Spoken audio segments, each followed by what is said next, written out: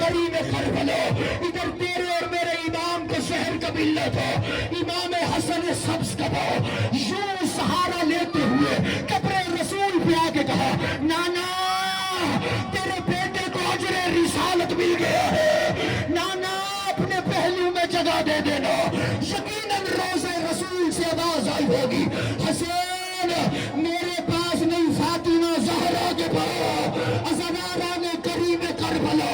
ये तेरा वो इमाम हसन मुश्तबा है। किसी गरीब से गरीब का जनाजा भी अगर घर से उठा दिया जाए, उठाने के बाद कब्रिस्तान जाने के बाद कभी वापस नहीं आया,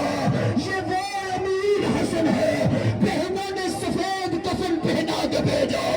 इधर एक मलऊना ने यूं इशारा किया, हसन के जनाजे पे तीरों की बारा, इधर तीरों का लगना था। हुसैन ने रो रो के कहा, ओ ना मारो, ओ मैं वापस ले जाता हूँ, ओ ना मारो। अज़नारा ने हुसैन, इधर इमाम हसन का जनाजा जैसे घर में पहुंचा, ज़ैनब ने रो के कहा, अम्मा ज़हरा, मदीना मोहम्मद मुस्तफा, हसन के जनाजे से बहनों ने तीरों गोली खाया।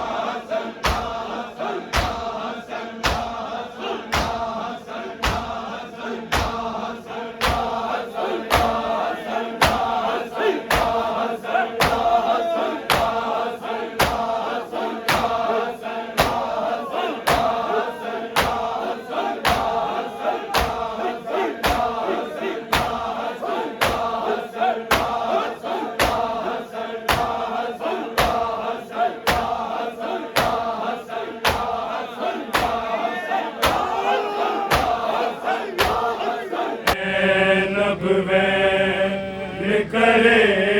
ते आके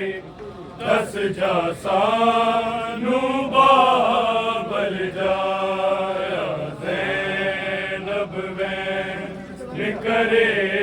ते आके दस जा सानू बाबल जाया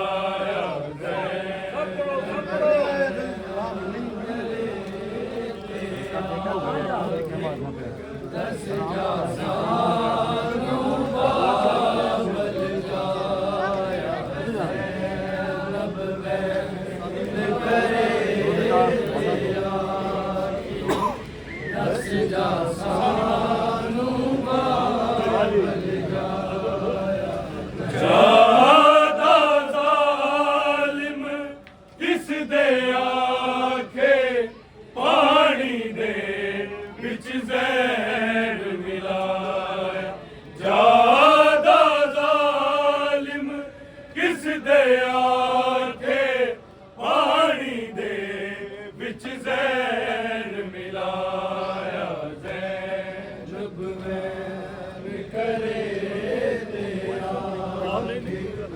दस जा सानू बाबल जाया जैनब वैन करे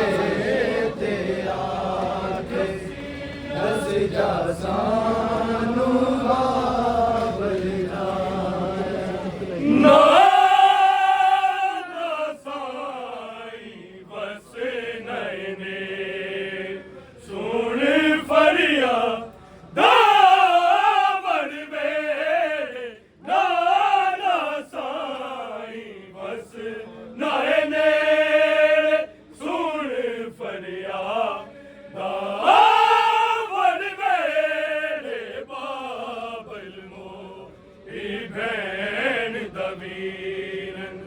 बोल नहीं सो बार बुलाया बाबल मोई भैन दवीर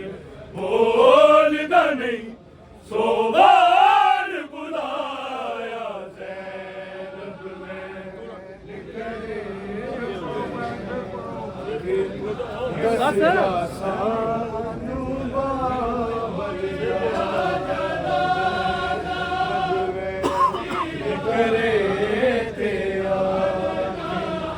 दस जा सानू बाबल ना साई बस नैने सुन फरिया दावण बेड़े ना साई बस नैने फरिया दावण बेड़े बाबल मोई भैन दवीर बोल नहीं सो बार बुलाया बाबल मोई भैन दवीर बोल नहीं सो बार बुलाया जैनब सब पढ़ो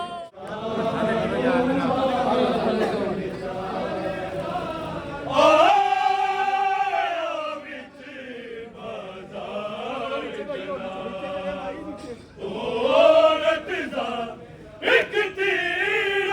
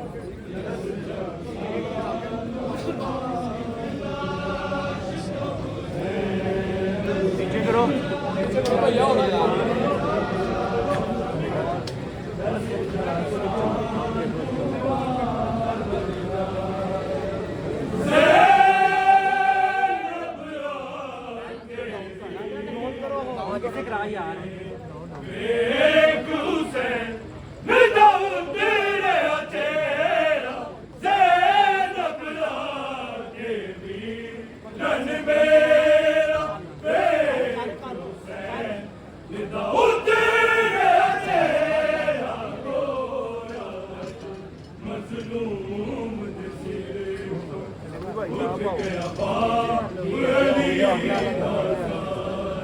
गोया मजदूर एक कहे बंदा एक बकीदा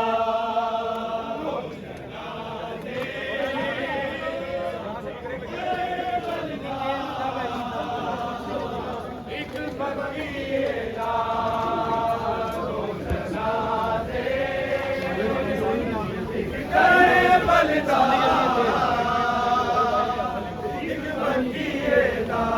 एक लाश जो गुजरी रसियाच